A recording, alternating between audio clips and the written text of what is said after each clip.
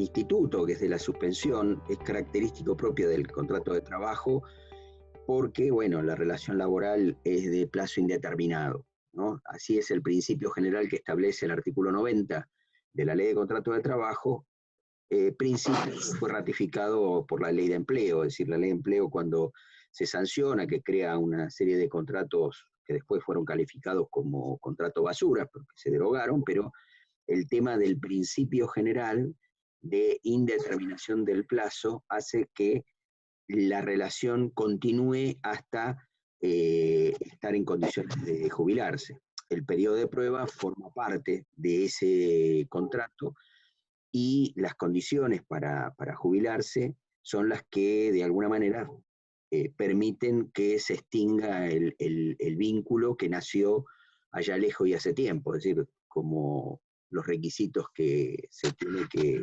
tener para acceder a la jubilación de 30 años de aporte y la edad que está, decíamos que habían sido modificadas por una ley en el entendimiento de que las personas se le ha aumentado la probabilidad de vida, pero esto realmente es ridículo porque hoy vemos que las personas mayores de 60 es persona de riesgo, con lo cual esas modificaciones legislativas nos llevan nuevamente a los orígenes, ¿no? Donde antiguamente la edad jubilatoria era para la mujer 55 y para el hombre 60.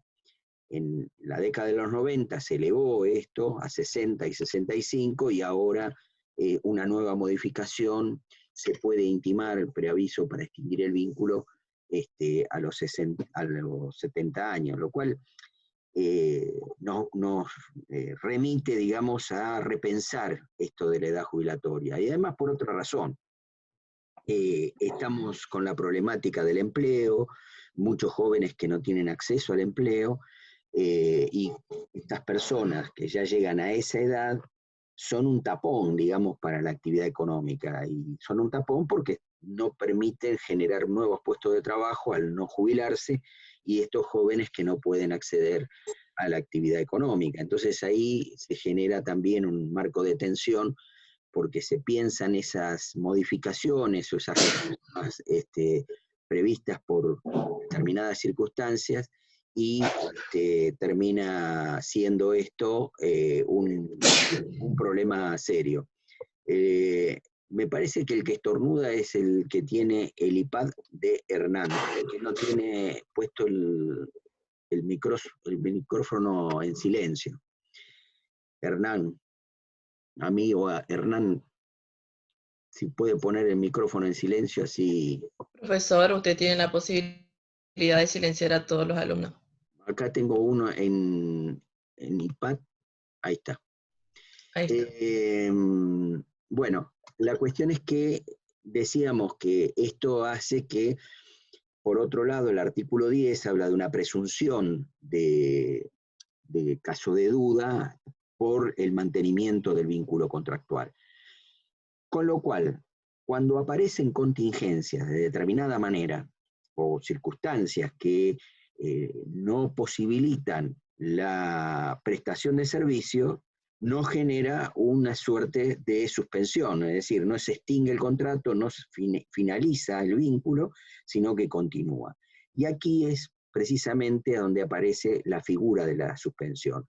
Como es un contrato que tiene vocación de permanencia, por un lado, por el otro, en la vida de las personas hay determinadas contingencias que hacen que esas situaciones no permitan la efectiva prestación de servicios. Y son varias que están reguladas en la ley. Quizás la que más desconocemos son las enfermedades inculpables, mismo los accidentes, pero también hay otras situaciones de suspensión. Yo voy a hacer un panorama general. Por un lado, el capítulo referido a las enfermedades inculpables, que son aquellas que ocurren fuera del ámbito laboral y que no permiten a ese trabajador poder prestar la prestación del servicio, no poder prestar el servicio. Ahora, tenemos otras contingencias reguladas especialmente, y una que ahora se ha puesto de moda, que es la fuerza mayor. El tema de la fuerza mayor es algo que vamos a analizarlo con más detenimiento, ya observando los decretos de necesidad de urgencia en este contexto actual de la pandemia, donde esto lo vamos a ver a la tarde. Yo lo que voy a hacer a la mañana es hacer un panorama general de las suspensiones previstas en la ley en situación de normalidad, incluida la de fuerza mayor, que en mi opinión, la fuerza mayor prevista en la ley de contrato de trabajo no es para este caso de la pandemia. Pero es una opinión que después voy a tratar de explicar por qué sostengo que no es esa y por qué el decreto 329 dispuso su prohibición y por qué esa situación está legitimada y tiene respaldo legal, no solamente por el decreto de necesidad de urgencia, sino por las circunstancias que motivan la declaración del aislamiento social preventivo y obligatorio, que da una suerte de suspensión, no para todos, porque hay actividades que son esenciales, como también personas que son esenciales, y esas formas ha determinado que esas personas deben concurrir a trabajar. Pero después hay una cantidad muy importante de personas que no están incluidas en ese colectivo, en ese grupo de personas esenciales y que por lo tanto deben quedarse en su casa. El decreto por el cual se establece el aislamiento social preventivo y obligatorio establece que esas personas tienen derecho a percibir salario. O sea, es una suerte de suspensión, pero no es de las suspensiones que están previstas en la ley de contrato de trabajo, sino que están previstas por una norma de emergencia para este caso. Por lo tanto, no es los supuestos de fuerza mayor o falta de disminución de tareas que están previstos en la ley de contrato de trabajo. El error, me parece, que tienen algunos de pensar que este supuesto encuadra en el 218 y en adelante de supuesto. Eso para mí, y voy a explicarlo a la tarde, no ahora, son razones las que establece la ley de contrato de trabajo vinculados con los problemas que le afecta a un empleador determinado en una circunstancia determinada y respecto de la relación con sus trabajadores. Pero esto, que ha sido, digamos, a nivel general, a nivel mundial, lo vamos a explicar mejor a la tarde, tiene que ver con algo que excede las circunstancias particulares de una empresa determinada, porque es algo que afecta a toda la sociedad, de una manera muy, muy especial y característica, y que después a la tarde lo vamos a explicar con detenimiento. Insisto en esto para dejar esto, digamos, de lo que nos está pasando, que es quizás lo más jugoso, interesante y más entretenido de hablar, que es la actualidad y los problemas que hoy genera ese artículo 223 bis y los efectos y cómo puede funcionar eso, para qué sirve, por qué está en el decreto que establece la suspensión, pero por otro lado habilita o deja abierta la posibilidad a través del 223 bis, para qué sirve esa norma. Bueno, eso lo vamos a hablar a la tarde. Vamos a seguir con este tema. Yo voy a presentar unas imágenes para acompañar esta presentación.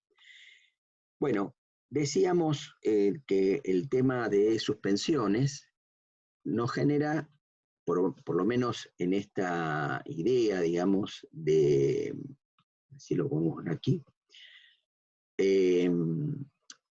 una clasificación, es decir, a ver, legalmente nosotros tenemos en la ley de contrato de trabajo la regulación que va desde el 208 hasta el 224, vendría a ser el capítulo dedicado a las suspensiones del contrato de trabajo. Suspensión que tiene que ver con el mantenimiento del contrato de trabajo, pero con algunos efectos jurídicos cuando esa suspensión puede ser de la prestación de servicio y el pago de la remuneración.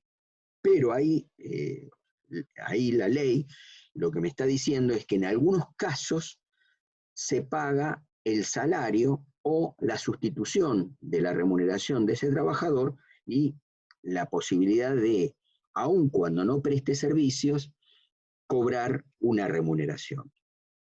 Y esto yo creo que es muy importante tenerlo presente. Es decir, fíjense que cuando uno analiza el equilibrio económico del contrato, de la definición de jornada de trabajo, que es todo el tiempo por el cual el trabajador está a disposición del empleador, pero por otro lado analiza el 103, hay una regla que utilizan muchos juristas que para mí es errónea, ¿no? Porque es como sostener que solamente se paga salario o se gana la remuneración cuando hay efectiva prestación de tareas y cuando no la hay, no hay derecho a percibir remuneración. Esto no es así.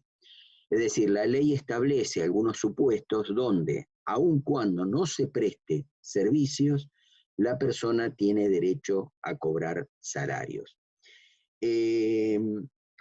Hay también otra cuestión que hay que tener en cuenta, que no es, por lo menos para la legislación argentina, y acá yo creo que hay malas copias, es decir, hay personas que sostienen esto del tiempo justo de trabajo y por lo tanto la compensación económica solamente por ese tiempo que se trabaja y todo otro tiempo no debe estar pago. Esto no es así, es erróneo sostener eso.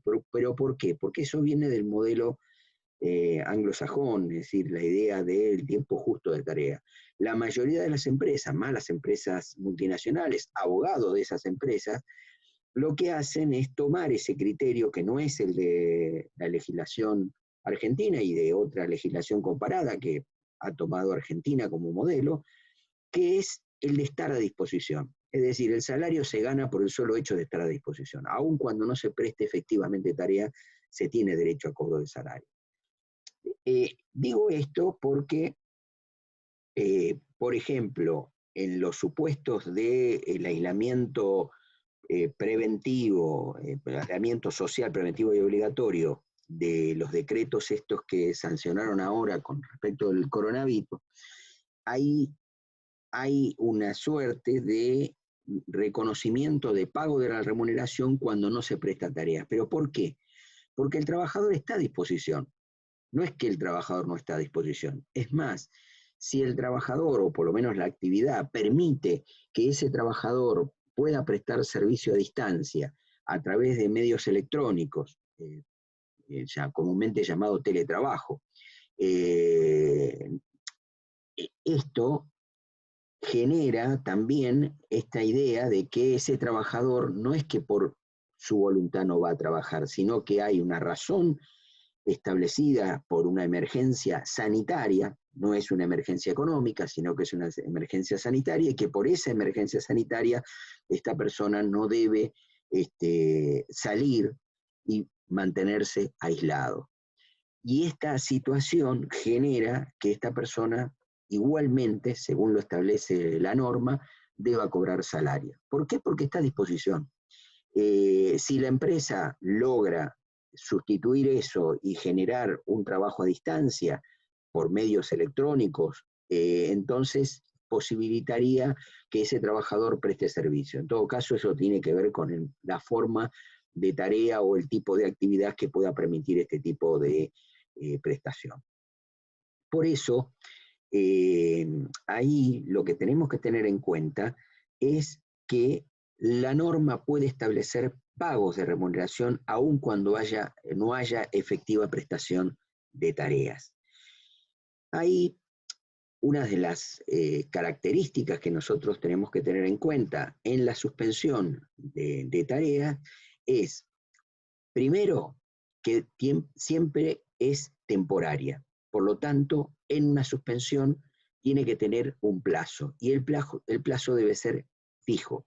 Si nosotros observamos en la ley de contrato de trabajo los supuestos que están regulados legalmente para la suspensión, como vemos ahí, accidentes y enfermedades inculpables, desempeño de cargos selectivos o representativos, las razones de causas económicas disciplinarias o suspensión preventiva, la licencia por maternidad, el estado de excedencia, todas estas son supuestos de suspensión y que algunos de ellos tienen pago de salario y otros tienen plazo fijo.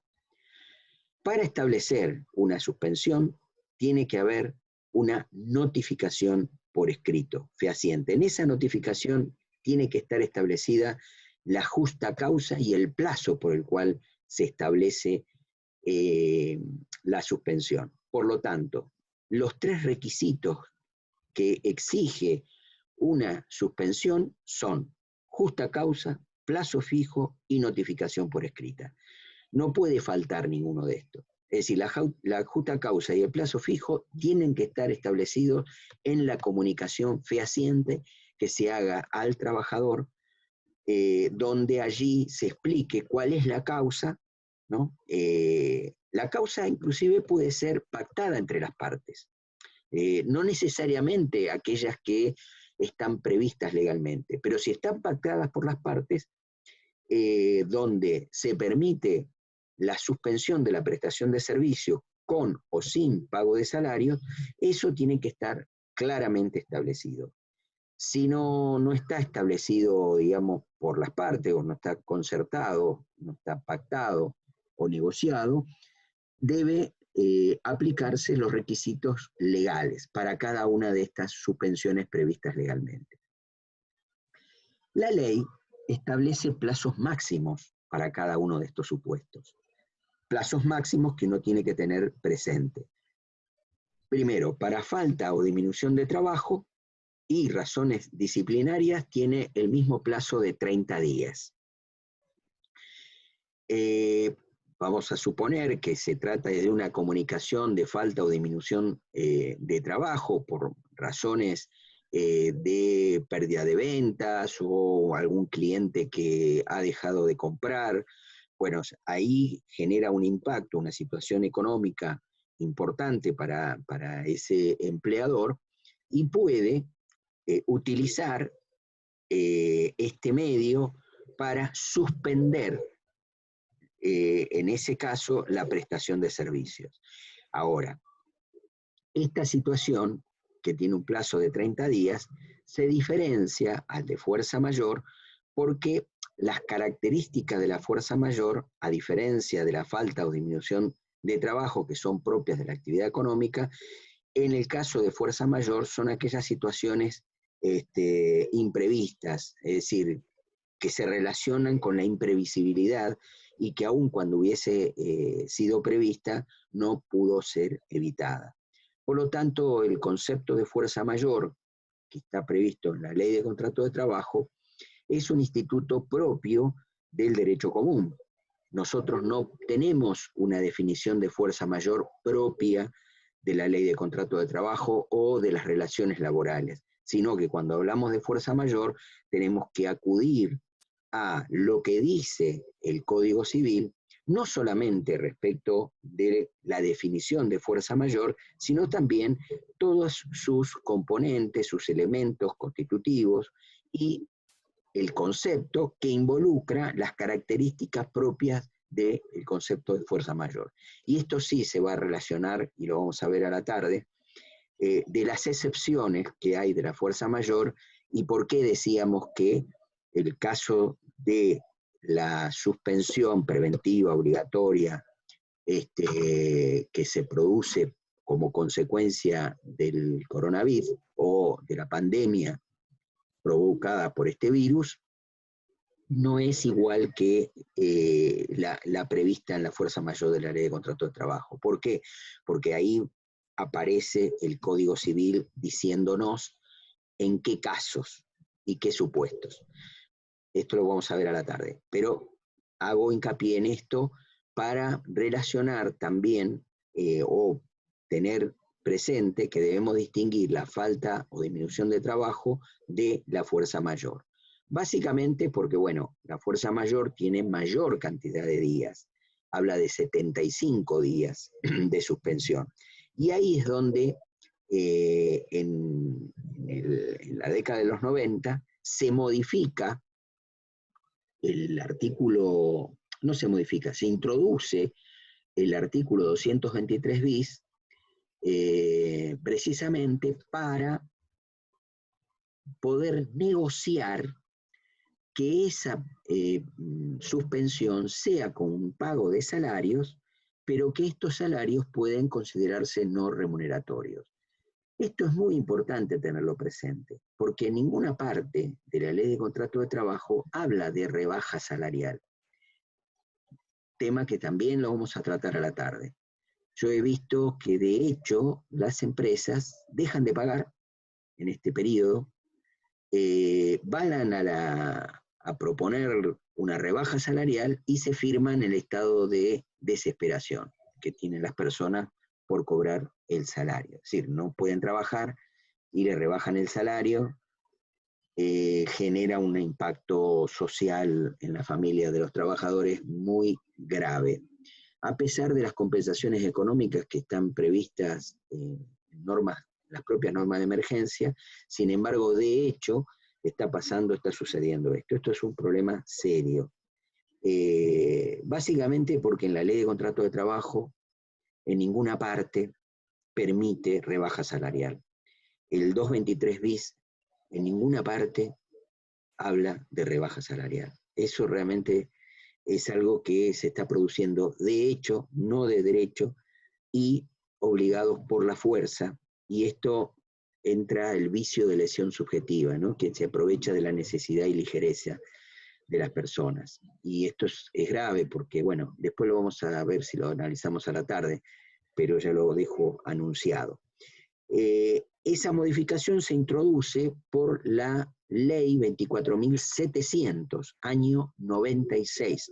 Es la que introduce los beneficios sociales en el 103 bis, pero también introduce el 223 bis dentro de la ley de contrato de trabajo, pero no para rebajar salarios, como decíamos, porque en la norma no lo dice, en ninguna parte lo dice, sino para negociar que los conceptos del pago de las remuneraciones puedan llegar a ser consideradas como no remunerativas. Esto es, que no estén sujetas a aportes y contribuciones, es decir, que lo que se genera es una ventaja económica para el empleador en el sentido que no va a ser los aportes.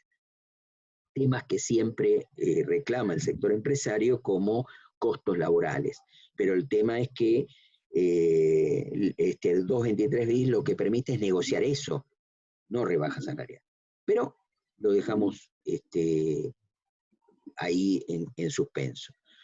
El otro tema es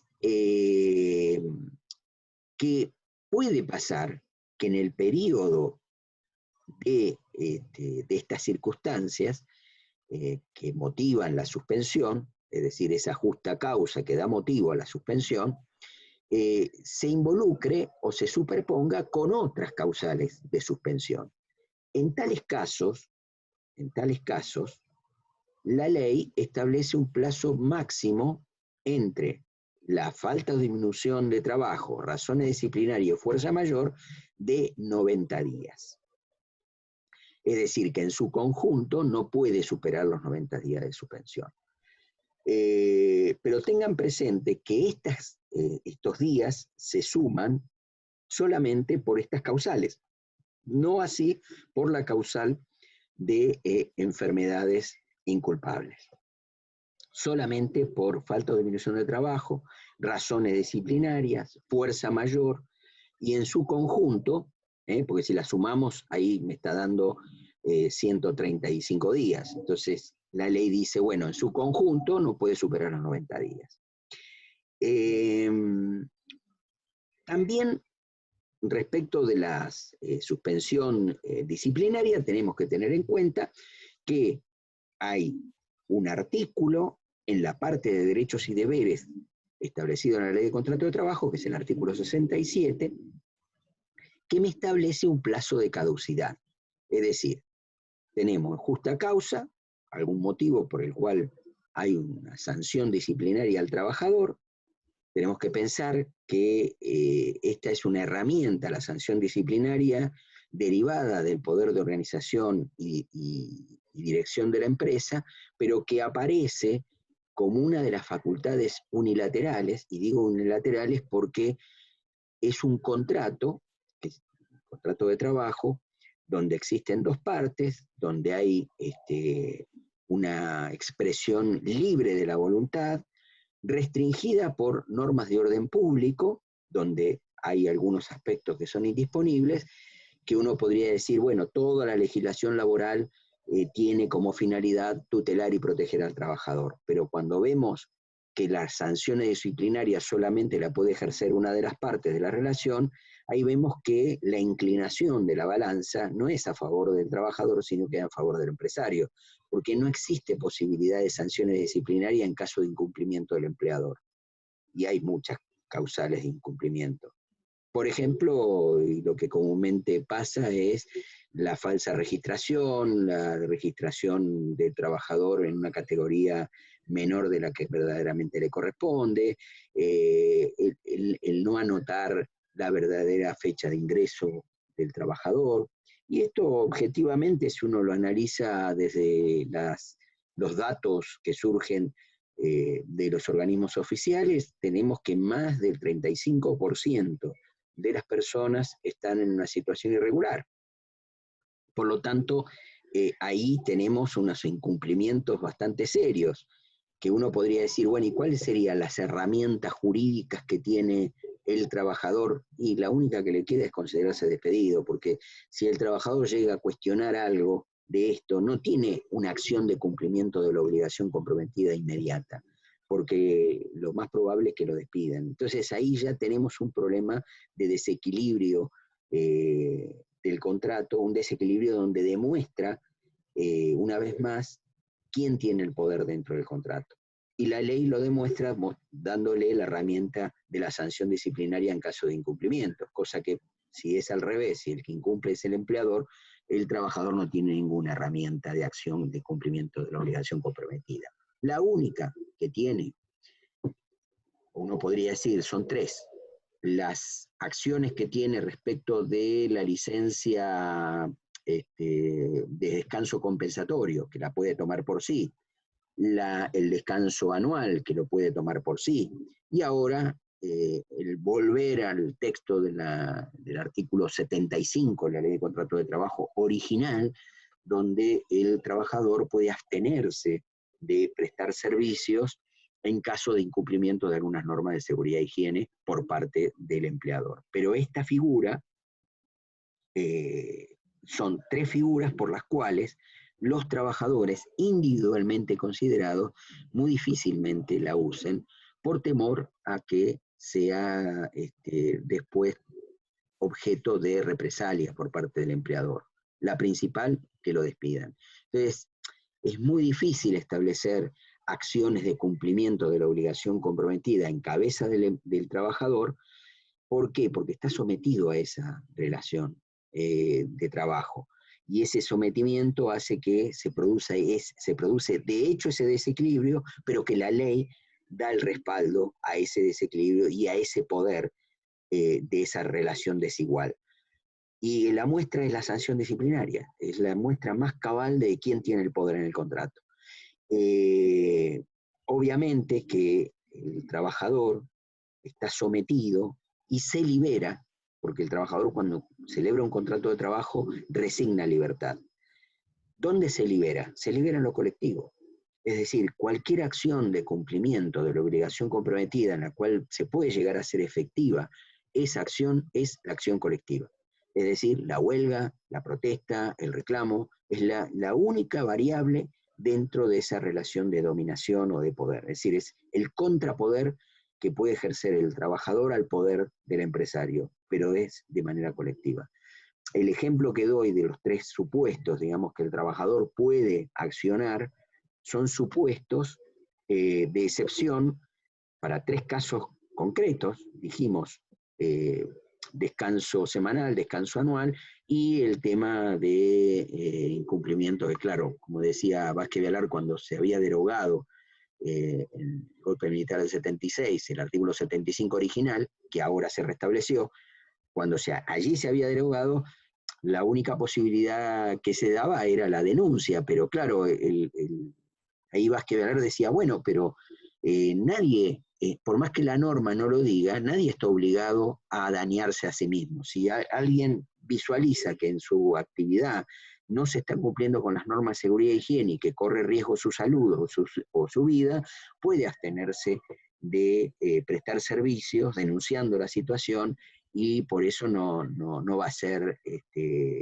está legitimado para hacerlo, claro, pero eso podría justificar un despido indirecto, darle justa causa al empleador, al trabajador para considerarse despedido con justa causa, pero se queda sin trabajo. Si el trabajador no va a buscar pleitos en una relación laboral, lo que va a buscar es salario. Entonces, estas herramientas de poder o de correlación de poder que se dan en el contrato de trabajo, a las claras, juega para una sola de las partes. Ahí la suspensión disciplinaria. Y además un plazo de caducidad. Es decir, 30 días tiene el trabajador para impugnarlo, y si no lo impugna, después no lo puede hacer rever en instancia judicial, aun cuando esté dentro del plazo de prescripción de 2 años. ¿Por qué? Porque operó allí la caducidad, que es la pérdida de derechos, que es diferente a la prescripción. En la prescripción lo que yo pierdo es la acción. En el caso de la caducidad, directamente tengo pérdida del derecho. Por eso la relación, digamos, entre los supuestos de sanciones disciplinarias y el artículo 67 de la ley.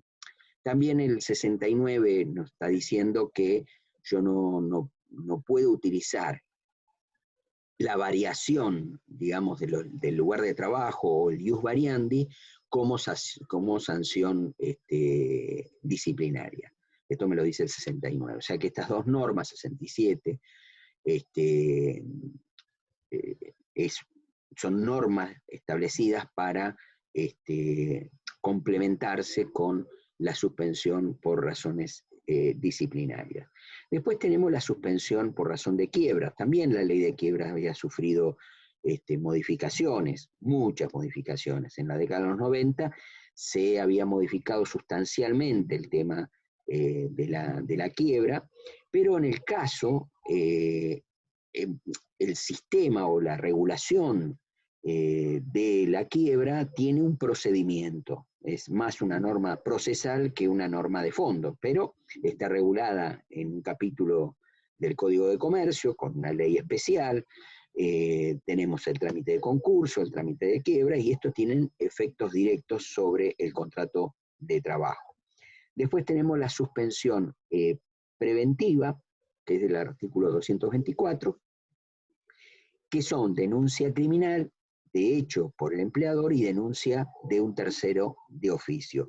Estas dos hay que tenerlas bien presentes, porque los efectos jurídicos de esa suspensión, sea que ha sido por denuncia del empleador, o sea que ha sido por denuncia de tercero o de oficio, es decir, que la autoridad policial haya actuado y privado de libertad a un trabajador, y que como consecuencia de esa privación de libertad este trabajador no pueda concurrir a trabajar, se produce de hecho esa suspensión. Ahí está regulado y con efectos diferentes, que después lo vamos a ver en el artículo 224,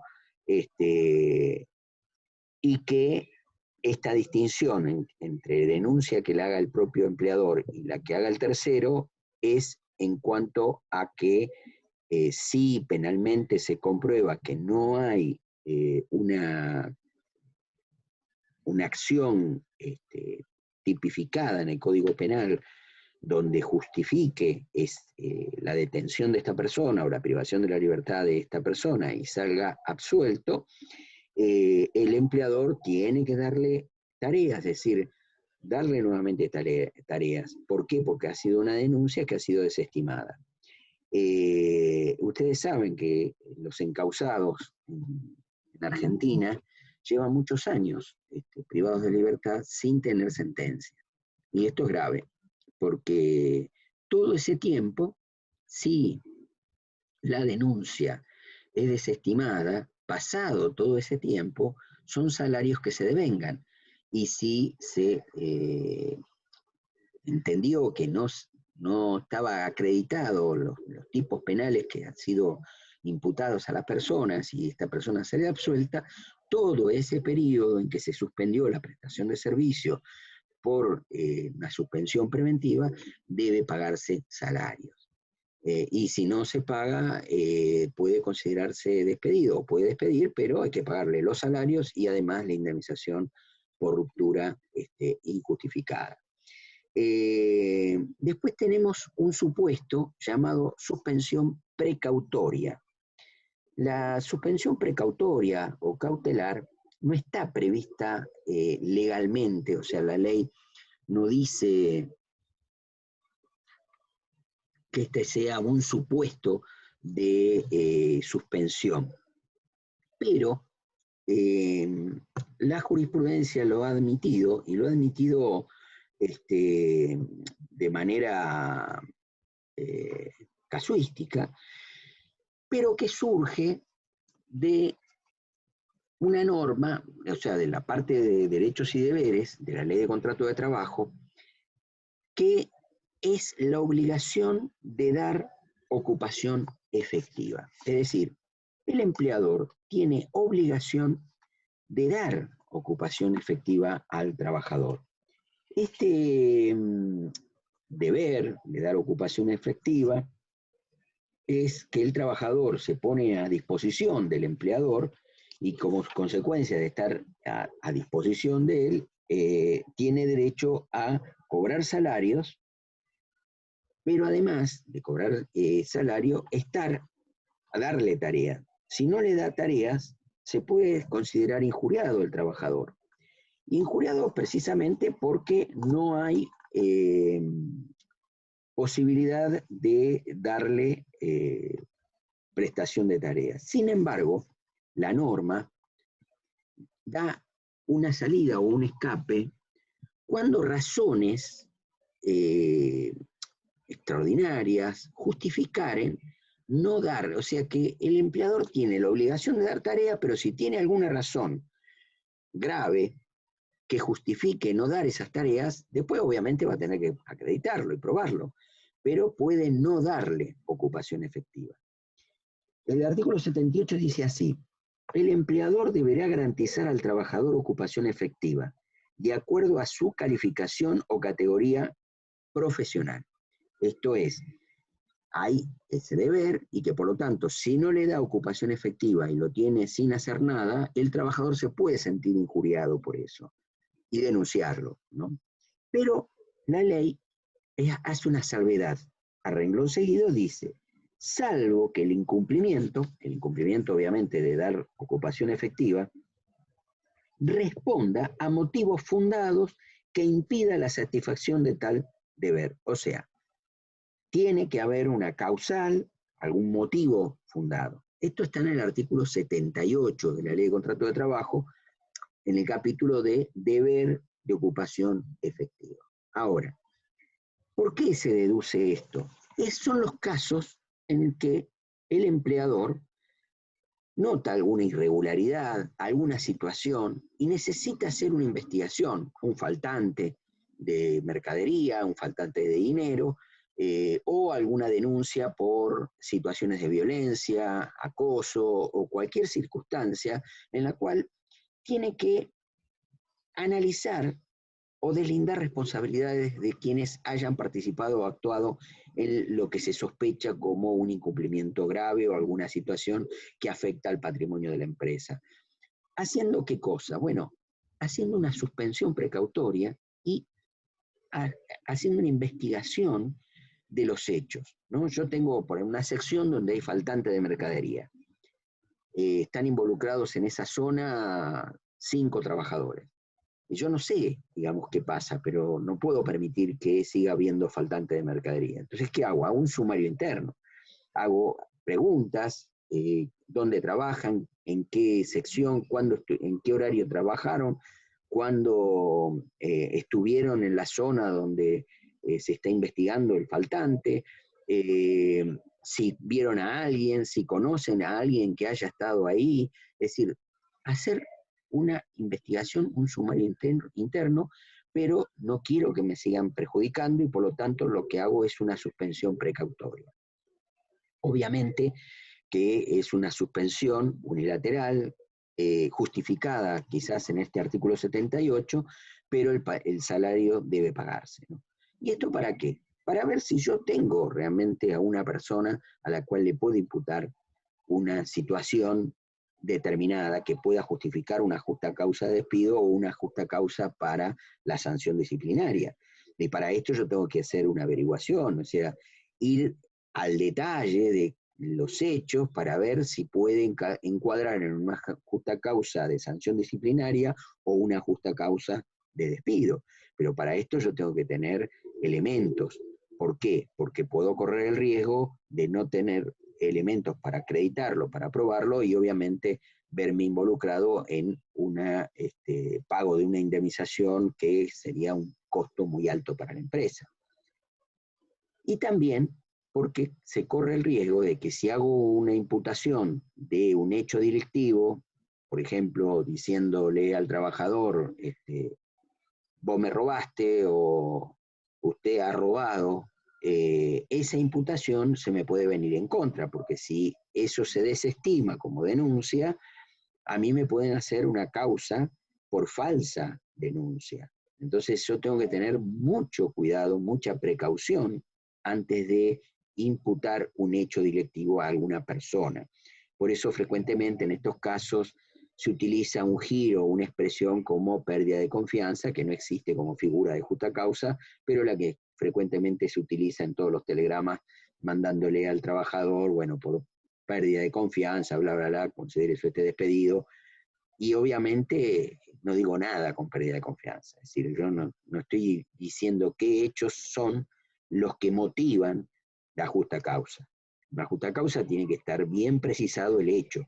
Decir eso es como incumplimiento grave, ¿no? Es decir, porque además la pérdida de confianza tiene que ver con la buena fe, y uno de los principios de buena fe es ser claro. Si yo tengo que decirle al otro, mirá, me faltó tal o cual cosa y te estoy imputando de porque vos tal o cual otra. ¿Para qué? Para que la otra persona tenga el derecho de defensa. Una imputación abierta, así de esta manera, con una expresión tan ambigua y tan subjetiva como pérdida de confianza, no merece ningún respaldo jurídico, sí un respaldo en hechos. Entonces yo tengo que decir cuáles son los hechos que considero que esta persona ha realizado para imputarle una responsabilidad. Entonces esto sí hace a la garantía de defensa del trabajador que ha sido imputado. Ahora, la diferencia entre una suspensión precautoria y preventiva, primero que la precautoria no está regulada, por lo tanto no tengo plazo. Lo razonable en estos casos sería no superar los 30 días. Es decir, si voy a hacer un sumario interno para deslindar responsabilidades y ver las situaciones, bueno, yo tengo que tener acreditada la causal, las razones, por lo menos los hechos que evidencien el faltante o la situación que considero que hay que investigar, y después ver quiénes son los responsables o personas que yo puedo responsabilizar. Pero esto tiene que estar muy claro, no puede quedar en la nebulosa, pero básicamente porque no está regulado. En el caso de la suspensión preventiva, el 224 tiene, sí, establecido concretamente qué se debe hacer y cómo deben ser estas denuncias. Por lo tanto, aquí tenemos los supuestos, ¿no? Cuando decimos suspensión preventiva, tenemos que acordarnos que está regulado, y cuando decimos precautoria, no está regulado, pero se desprende de ese artículo 78 que comentamos.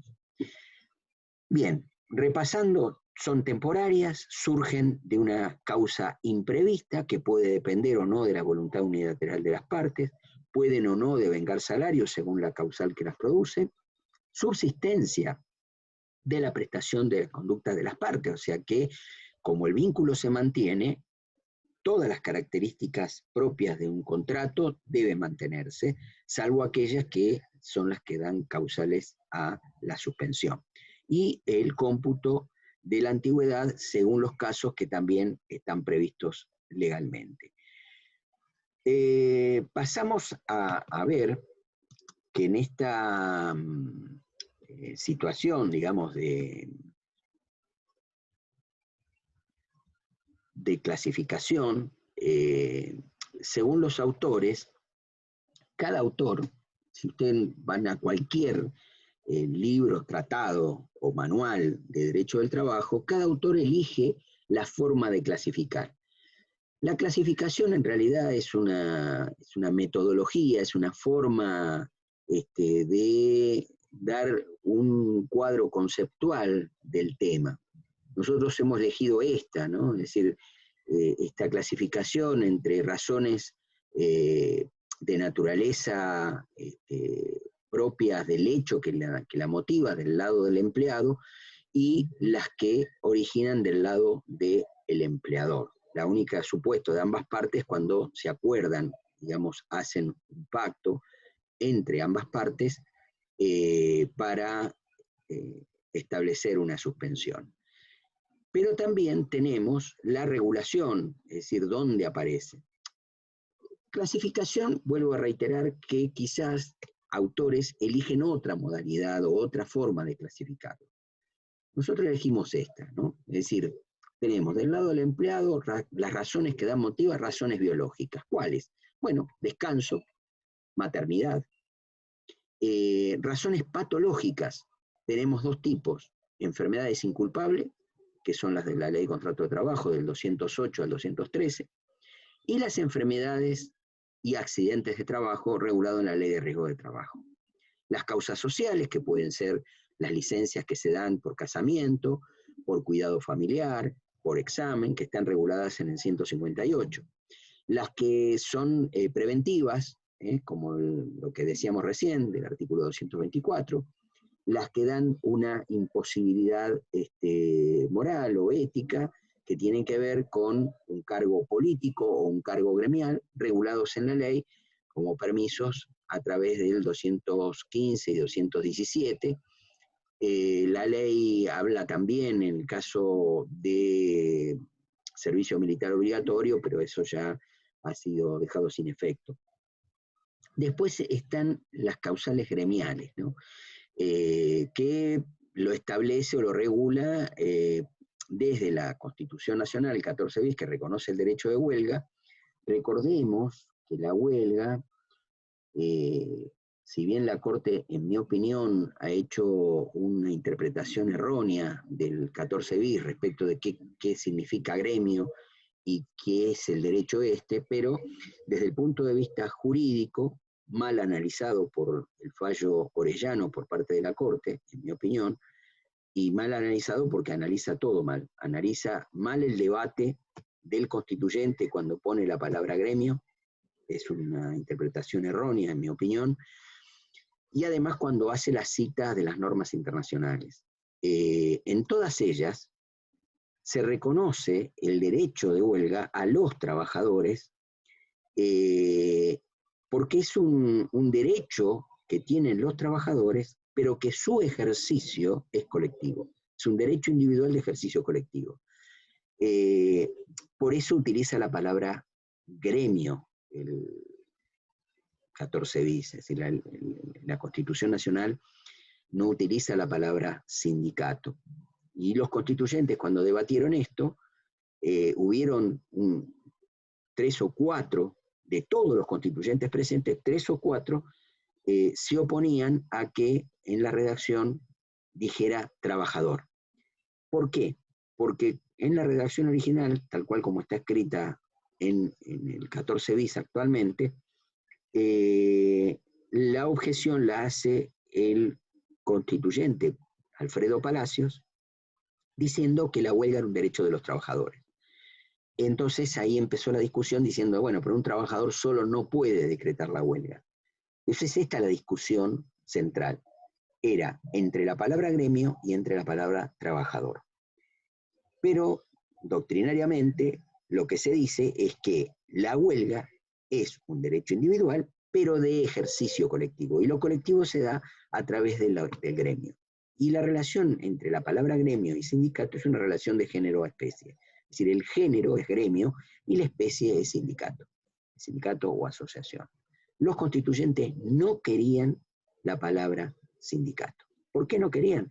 Porque lo que decían es que no podía estar atada la huelga al formalismo de una entidad gremial reconocida con requisitos de asambleas y situaciones de, que limitarían el ejercicio de la huelga, más en los lugares de trabajo donde la comunicación del gremio, el accionar de la entidad sindical llegaría tarde a la respuesta gremial. ¿Por qué? Porque se entiende que es el grupo de actividad, profesión, oficio, grupo de trabajadores que están dentro de estos colectivos y que pueden ejercer la huelga, y no estar atados al requisito de inscripción o requisito de personería gremial como lo establece la 23.551. ¿Qué hizo la Corte? Transformó la palabra gremio en la palabra sindicato, lo que fue debatido y resuelto por mayoría de los constituyentes, que quedara la palabra gremio, porque el planteo de estos constituyentes contestándole a Palacios, diciéndole no puede ser un trabajador, tiene que ser un sindicato, esto fue respondido y la mayoría vota por la palabra gremio y rechaza el planteo de la palabra sindicato. Y rechaza el planteo de la palabra sindicato fundado en que puede un grupo de trabajadores decretar la huelga. Esto quiebra, digamos, de alguna manera, la tradición, no solamente histórica gremial de nuestro país, sino mundial.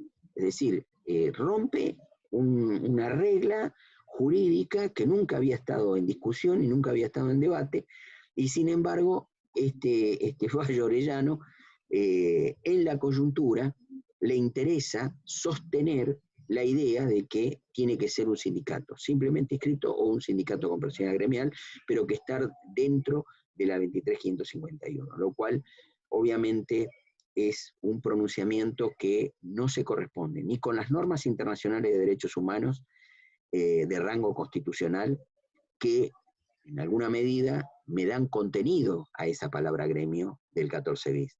Pero si, aún prescindiendo de las normas internacionales, nos vamos a el debate constituyente, no es lo que la Corte dijo ahí. Porque el debate constituyente, y están las actas, o sea, sobre lo que está escrito no se puede discutir, es completamente diferente a lo que dice la Corte en ese fallo totalmente erróneo. Pero volviendo a que sostenemos que es un derecho individual, porque fíjense cuál es el impacto. ¿Por qué razón un empleador puede despedir o sancionar por una huelga que considere ilegítima, por estas cuestiones que a veces, pero el impacto es individual? Es decir, aun cuando esto se discute después judicialmente, el efecto es individual. ¿Por qué razón es individual? Y bueno, porque es un derecho individual de ejercicio colectivo.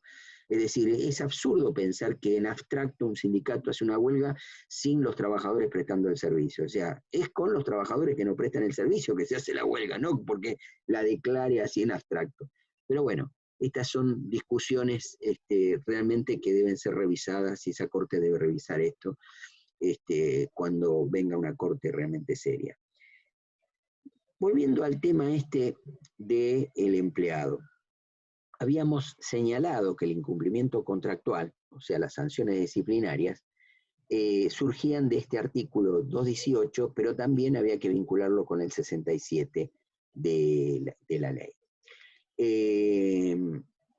Del lado del empleador, aquí aparecen las que habíamos mencionado. O sea, por un lado, las vinculadas con la falta o disminución de tareas. Ahí tenemos que relacionar y tener presente también el procedimiento preventivo de crisis, regulado en la ley de empleo, la ley de quiebras respecto de los efectos que esto genera, este artículo 20 de la 24.522 original que fue modificado, y que eso también hay que tenerlo presente como efecto jurídico. El caso de fuerza mayor del artículo 221, la averiguación de antecedentes que habíamos mencionado, la precautoria, recordando de que no es regulada, y la razón gremial, que es la contrahuelga o lockout, que es cuando el empleador es el que cesa la prestación de servicio. En el periodo del aislamiento social preventivo obligatorio, hubieron algunas empresas que hicieron lockout, es decir, dejaron de prestar servicios y hubo conflictos. En la provincia de Buenos Aires, varios conflictos donde tuvo que intervenir el Ministerio de Trabajo. Por eso se habilitó, se había suspendido la tramitación, pero se habilitó como excepción la conciliación obligatoria decretada, y que por lo tanto, bueno, esto trató de calmar un poco los ánimos, pero fue una medida de fuerza llevada adelante por los empresarios. Y después tenemos los casos de incumplimiento contractual, indirecta o individual, que habíamos mencionado que el trabajador puede abstenerse de prestar servicio. ¿Se acuerdan que habíamos mencionado que la ley reconoce esa posibilidad? Descanso, vamos a suponer un descanso semanal no otorgado, y que pasado el plazo que prevé la ley, el trabajador, el 203, puede tomarse por sí. Es decir, abstenerse de prestar servicio y utilizar esa herramienta de descanso, ¿no? Y ahí habría un incumplimiento, porque uno diría, bueno, no está cumpliendo, sí, pero está justificado por la ley, lo mismo que en el caso de las vacaciones no otorgadas, la ley le da ese derecho, o en el caso de incumplimientos de seguridad e higiene, que el empleador se abstiene de prestar servicios, y ahí es porque el empleador está incumpliendo, ¿no? Es decir, los tres supuestos que mencionamos, y ahí el trabajador puede abstenerse de prestar servicio. Lo que pasa es que en la práctica los trabajadores suelen no llevar adelante estas abstenciones de prestación de servicios, precisamente porque tienen miedo a sanciones o represalias por parte del empleador. El acuerdo entre partes es posible, se permite, es decir, que las partes pueden pactar la suspensión, pero todas estas figuras, todas, incluida esta de acuerdo de ambas partes, siempre tienen que tener lo que habíamos mencionado como requisitos indispensables. Es decir, por un lado, la justa causa, por otro lado, que haya una comunicación fehaciente y también un plazo cierto. Todo esto tiene que estar, si es por acuerdo de partes, esto tiene que estar bien plasmado en ese acuerdo, ¿no? Y de esa manera, obviamente, generar la justificación de la suspensión. Como decíamos, este es otro esquema conceptual o esquema para mostrar las distintas formas de clasificar la suspensión, pero que nos genera también un panorama de todas las causales. Fíjense, hay decisión unilateral, se clasifica trabajador-empleador, en el caso del trabajador renuncia, abandono, en los casos del empleador, estas son situaciones de ruptura que motivan causales, ¿no?, de extinción, y que la primera parte sería una suspensión que puede ocasionar una extinción del contrato. Por eso esas situaciones hay que tenerlas siempre cumpliendo todos estos requisitos que decíamos: justa causa, notificación por escrito, y además el plazo tiene que estar bien determinado, plazo cierto, respetando los límites que la ley establece. ¿Cuáles son esos límites? Lo habíamos dicho: causas disciplinarias o falta o disminución de tareas, tiene 30 días. Los supuestos de fuerza mayor, 75 días. En su conjunto puede darse estas causales en su conjunto, pero no pueden superar los 90 días. Esos son los límites que establece legalmente la ley para esos casos regulados legalmente. Vamos a entrar en detalles en el tema de las enfermedades inculpables. Los casos de enfermedades inculpables son aquellos que padece el trabajador durante la relación laboral y que no se produzcan por el hecho o en ocasión del trabajo. Aquí tenemos que tener presente que la verdad es que el legislador no ha tenido una buena técnica legislativa, ¿no? Porque, ¿qué es esto de inculpable? ¿Por qué se llama inculpable? En principio porque no podríamos reprocharle al empleador que haya una responsabilidad. Históricamente, el derecho del trabajo en materia de daños producidos al trabajador se ha entendido como una responsabilidad objetiva, sin necesidad de acreditar causa. En sus orígenes, cuando no existía esta presunción por parte de leyes especiales, que la primera ley especial en Argentina es la 9688, 9688 de 1915, ahí se estableció esta regla de la presunción de que el daño que tiene el trabajador ocurre en ocasión del trabajo cuando se había producido en ese ámbito. Por lo tanto,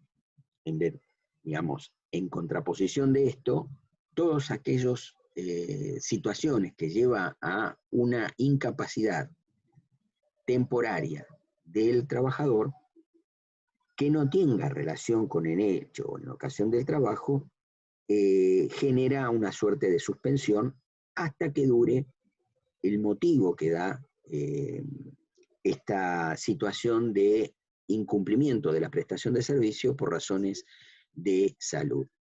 Ahora bien, estas razones de salud no están vinculadas con el contrato de trabajo.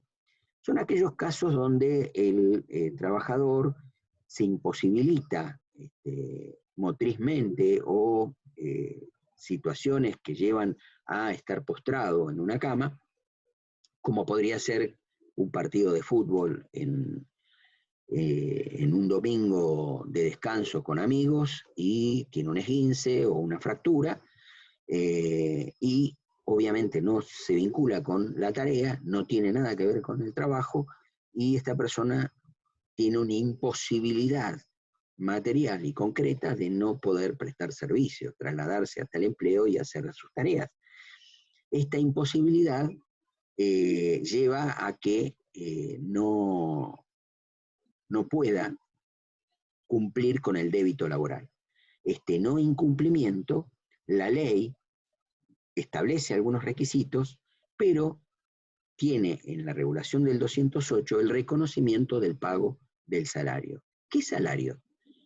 Todo, completo. El 208 reconoce el pago de la remuneración tal cual como venía percibiendo en el momento de producirse el hecho que imposibilita la prestación efectiva de la tarea. Allí se establecen tres tipos de plazos, y estos plazos de generación de salario que prevé el 208 son plazos establecidos en relación a que si el trabajador tiene más o menos antigüedad de 5 años. Es decir, lo que la ley reconoce es que cuanto mayor antigüedad tenga ese trabajador, superado los 5 años, ese trabajador va a tener derecho a una licencia por enfermedad paga, esa licencia paga, por más de el tiempo que establece la ley como mínimo. Y el otro reconocimiento que le da al trabajador es si tiene o no cargas de familia. Es decir, la ley lo que establece son días de licencia paga de 3, 6 y 12 meses. 3 meses, 6 meses o 12 meses. Estos 3 plazos que establece la ley de licencia con goce de remuneración en virtud de una situación de convalecencia, dura o permanece en ese tiempo según que tenga o no cargas de familia. Si es un trabajador que tiene una antigüedad menor a 5 años, sin carga de familia, tiene derecho al menor días de licencia, o sea, los 3 meses. Ahora, si esta persona tiene una antigüedad menor a 5 años, pero tiene carga de familia, entonces ese trabajador va a tener derecho a 6 meses de pago de remuneración. Si este trabajador ya supera los 5 años de antigüedad en la empresa y no tiene cargas de familia, tiene derecho a 6 meses de salario. Pero si además de tener más de 5 años de antigüedad en la empresa, tiene carga de familia, tiene derecho a el cobro de 1 año de salarios. Vencidos estos plazos, o sea, los plazos establecidos en la ley, en el artículo 208, el trabajador no extingue el contrato. Ese contrato mantiene el tiempo por 1 año más, contados a partir del vencimiento de esos plazos, según cada caso, tenga o no carga de familia, tenga una antigüedad menor o mayor a 5 años. Es decir, estos 3, 6 o 12 meses, y a partir del vencimiento de estos plazos se computa 1 año llamado reserva de puesto. Es decir, que durante ese lapso el empleador no puede despedir y debe reservarle el puesto de trabajo. ¿Cómo podría hacer el empleador en un caso de esto? Bueno, ahí se podría utilizar la figura prevista para el contrato a plazo fijo o eventual, según las circunstancias. Si yo tengo un vencimiento claro de la situación en la cual, vencidos los plazos estos que mencionamos, sabemos que al año se extingue el vínculo, entonces nosotros podemos utilizar estas figuras que me permite cubrir ese puesto de trabajo durante este tiempo. Ahora bien, estos plazos que se computan de acaecido el hecho, vencido estos 1 año de reserva de puesto, ahí se genera una situación especial, que enseguida la vamos a ver, donde las partes están liberadas de extinguir sin causa, pero podría eventualmente, antes del vencimiento de estos plazos, vigente este plazo de reserva de puesto, requerir tareas. ¿Por qué? Porque el trabajador puede llegar a tener una alta médica, y ahí sí, pedir tareas acorde a esa tarea, y el empleador puede o no darle tareas según los supuestos del artículo 212, que enseguida vamos a ver. Pero volvamos a este tema, es decir, las incapacidades tienen que ser las que surjan de enfermedades o accidentes que no son reprochables al empleador. Y no se produzcan por el hecho en ocasión del trabajo, porque serían aquellos supuestos de la ley de riesgo de trabajo que están afuera de este sistema. ¿Por qué? Porque la ley de riesgo de trabajo establece también plazos y el goce de salarios durante estos periodos de licencias que son pagos. El tema del ausentismo por causa de enfermedad, según estadísticas, esta es una estadística del Ministerio de Trabajo del 2012, fíjense cómo se distribuye esta situación, ¿no?, de las distintas razones. Las enfermedades en general son del 52%. Y esto, las ausencias, ¿no?, que las podemos clasificar o determinar en este tipo de situaciones, cómo se relacionan muchas veces con los ausentismos en las empresas, ¿no? Y cómo el tema de las enfermedades son quizás las más preponderantes en estas situaciones, a diferencia de lo que son los accidentes laborales y los que son las enfermedades laborales o aquellas que son en ocasión del trabajo. Otro dato a tener en cuenta respecto de los accidentes y enfermedades inculpables de base legal es la discusión de por qué genera salario y la discusión de si esto tiene que estar en cabeza del empleador, por qué razón está en cabeza del empleador. En su momento, hace muchos años, y antes de la ley de 2744, ya se regulaba la prestación de salarios para el caso de enfermedades y accidentes inculpables.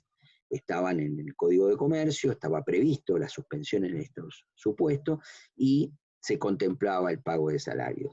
Pero si nosotros vamos a normas de rango superior de estas, vamos a ver cómo está regulado, que enseguida lo vemos. Entonces, lo primero es hacer la distinción entre enfermedades en ocasión del trabajo y aquellas que están vinculadas con esto, que ya dijimos que está regulado en la Ley de Riesgo de Trabajo.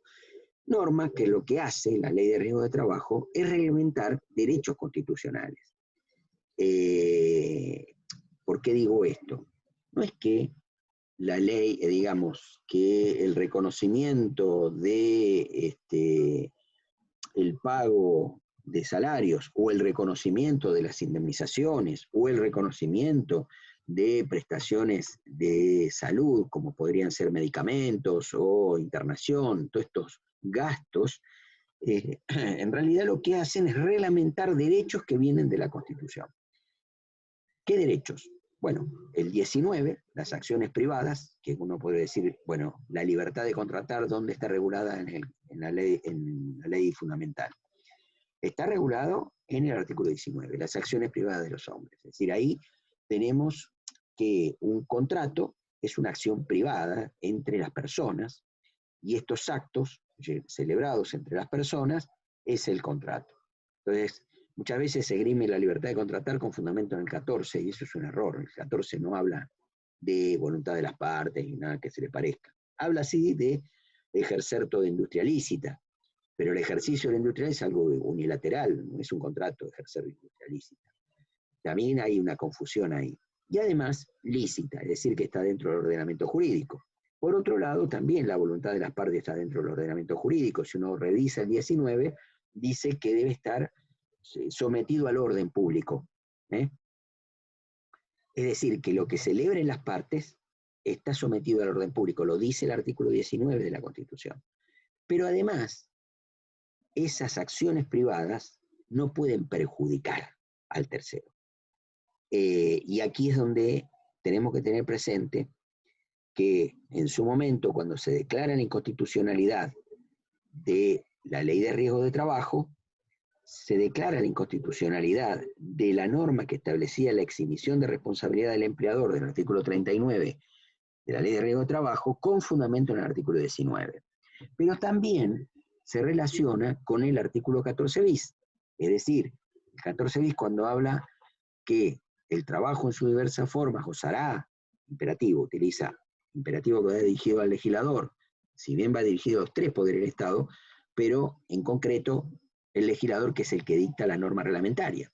Gozará, le dice al legislador, de la protección de las leyes, garantizándole al trabajador. Y esto es importante porque hay que interpretar esa cláusula en el sentido protectorio, es decir, que, como dijo la Corte interpretando el 14 bis, el trabajador es sujeto de preferente tutela constitucional. Porque dice, la actividad o las relaciones laborales deben garantizarle al trabajador, no dice garantizarle al trabajador y al empleador. Utiliza ese giro al trabajador. Y empieza diciendo condiciones dignas y equitativas de labor. Esto sí se vincula con ese artículo 75 que habíamos mencionado. Es decir, la tutela y protección de la salud o la integridad psicofísica y su dignidad. ¿Eh? Es decir, esta tutela de la integridad psicofísica y la dignidad del trabajador, en el artículo 75 de la Ley de Contrato de Trabajo, es una reglamentación directa de esas condiciones que establece el 14 bis, pero que a su vez esto se ve reforzado por el Pacto Internacional de Derechos Económicos, Sociales y Culturales en los artículos 6, 7 y 12, que me dan allí también derechos de los trabajadores, de la persona humana, conforme el pacto, porque tutela derechos humanos. Esa persona tiene una tutela y protección constitucional derivada del artículo 19, del 14 bis y de las normas internacionales de derechos humanos, desde la Declaración Universal de Derechos Humanos, la Convención Americana, pero específicamente en la tutela y protección de la integridad psicofísica y la dignidad en el Pacto Internacional de Derechos Económicos, Sociales y Culturales. Es decir, ese es el rango constitucional. Y en esa lógica hay que distinguir estas dos situaciones. Pero en ese mismo 14 bis, yo tengo al final la garantía de seguridad social, ¿no? Entonces, un seguro de salud del trabajador, seguro de salud que también tiene sus normas reglamentarias. Ahora bien, simplemente para recordar que nosotros tenemos ratificado el convenio 155 y el convenio 187. Ambos están relacionados con la salud y la seguridad de los trabajadores y el marco de promoción de lo que tiene que ver con la prevención de la salud y la seguridad en el trabajo. Dos convenios de rango superior a las leyes. Nosotros vamos a hacer la pausa a las 10. Es decir, que faltan 10 minutos. Hacemos un break de 20 minutos y continuamos. Pero por ahora voy a seguir hasta las 10 de la mañana. Bueno, lo que decía es que estos convenios tienen rango superior a las leyes y que tenemos que tener en cuenta a la hora de hablar de salud de los trabajadores. ¿Por qué? Porque al ser normas de rango superior y teniendo en cuenta el artículo 31 de la Constitución Nacional, tenemos que tener en cuenta esa pirámide jurídica, ¿no? Y ver si las normas de rango inferior se corresponden con esta, haciendo un control de constitucionalidad y de convencionalidad que requieren las normas hoy. ¿Por qué decimos hoy? Bueno, porque a partir de la reforma del año 94 se produce este cambio de paradigma. Si bien esto viene con anterioridad, y viene con anterioridad referido pura y exclusivamente a la ratificación de del convenio de Viena sobre tratados. Este convenio, esta convención de Viena sobre los tratados, es un tratado para interpretar los tratados. Y es el que se tuvo en cuenta en el Mejián contra Sofovich, un caso, un leading case, un caso líder de la Corte Argentina, donde allí lo que se dice es que en virtud de la Convención de Viena, no se puede esgrimir el derecho interno en contraposición del ordenamiento jurídico internacional. Por eso tenemos esta lógica de normas de rango superior. Luego, en la reforma del 94, recepta esto y obviamente lo plasma de manera más clara. El otro lo que tenemos que tener en cuenta, y este sí está vinculado con las enfermedades inculpables, no solamente aquellas que tienen regulada en la Ley de Riesgo de Trabajo, sino también las referidas a las inculpables, que es el convenio 102. El convenio 102 es un convenio de seguridad social. Convenio de seguridad social que abarca todos los supuestos de contingencias que pueden tener las personas. Fíjense, convenio que habla de asistencia médica y prestaciones monetarias sin importar la causa que da motivo. ¿Esto qué quiere decir? Que este convenio es aplicable tanto para los casos de enfermedades inculpables como para los casos de enfermedades o accidentes de trabajo. Hay que tener en cuenta esto porque es una norma que está ratificada, es una norma de rango superior a las leyes, y que obviamente estas normas que estábamos viendo del 208 al 213 de suspensión por razones de enfermedad, hay que tomarlas con pinza, con detalle. ¿Por qué?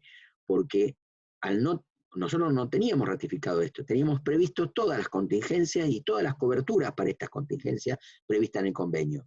Pero respecto de las enfermedades inculpables de la Ley de Contrato de Trabajo, que si bien estaban reguladas, ahora hay que analizarlo desde esta óptica, cosa que no se ha hecho y que la doctrina tampoco se ha dedicado a investigar si se corresponde o no este capítulo con el convenio 102.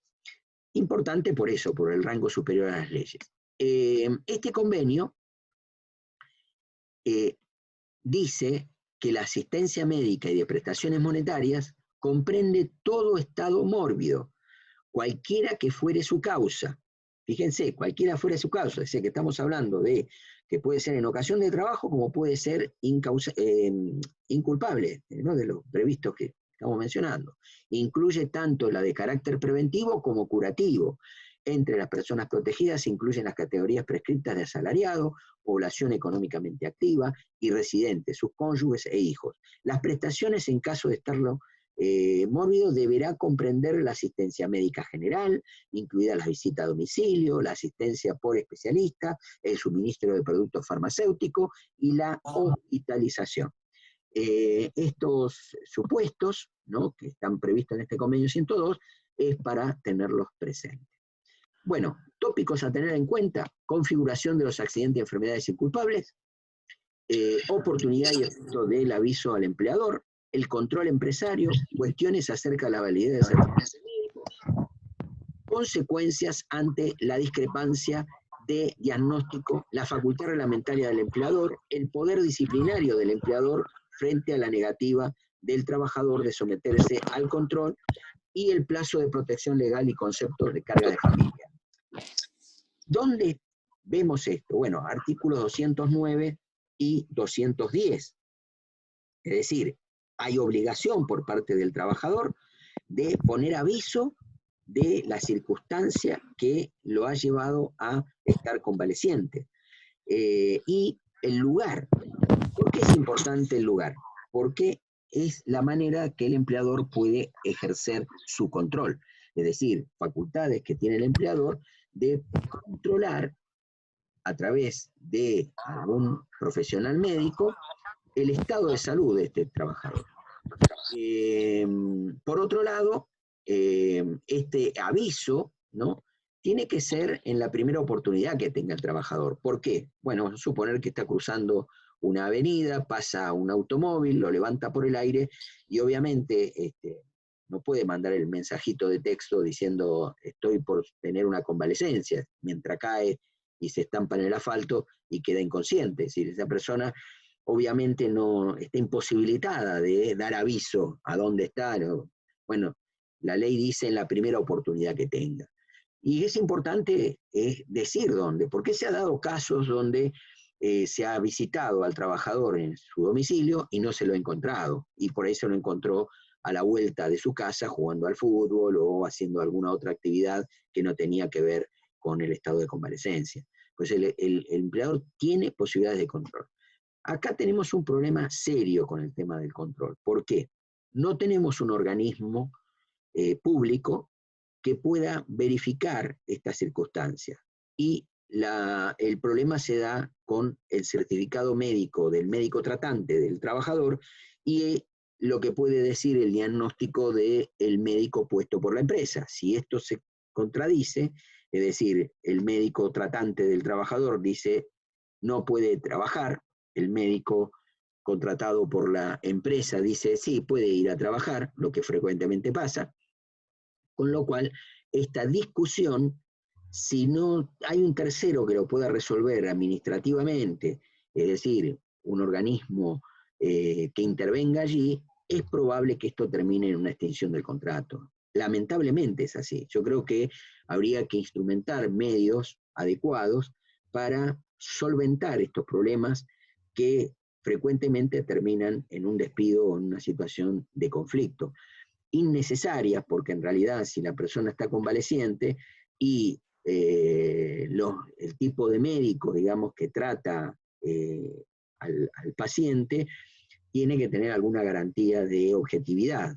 Si bien los médicos responden con su matrícula y son responsables de esto, yo recuerdo un caso que teníamos en un juzgado donde el médico fue citado como testigo y en la declaración testimonial el médico declara que efectivamente él no había ido a verificar si la persona estaba enferma, sino que él había enviado a una empleada de su consultorio, que según él era una enfermera, que tenía capacidad suficiente para saber si el trabajador podía o no concurrir y que según lo que ella le había comunicado al médico por teléfono, podía decidir si esta persona podía o no concurrir al trabajo. Con lo cual, obviamente, este médico fue denunciado y tuvo consecuencias jurídicas respecto de esto, ¿no? Porque él no puede basar su certificación médica a través de terceros, tiene que ser él en persona y delante del paciente y verificar esto. Lamentablemente se ha tercerizado esto, hay empresas de medicina que son contratadas por las empresas para asistir a este tipo de cosas y realmente los resultados son bastante deplorables, cuando no desconfiados o cuando no con razón uno desconfía, digamos, de estas empresas que se dedican a este tipo de cosas porque no tienen su objetivo el cuidado de la salud, sino el lucro, porque son empresas que se dedican a eso y por lo tanto lucran con la salud de las personas y esto es grave. En mi opinión, la salud debe ser pública, universal y gratuita y espero que este coronavirus haga reflexionar al mundo de cómo debe ser y cómo era en la década del 50 y el 60 en el mundo.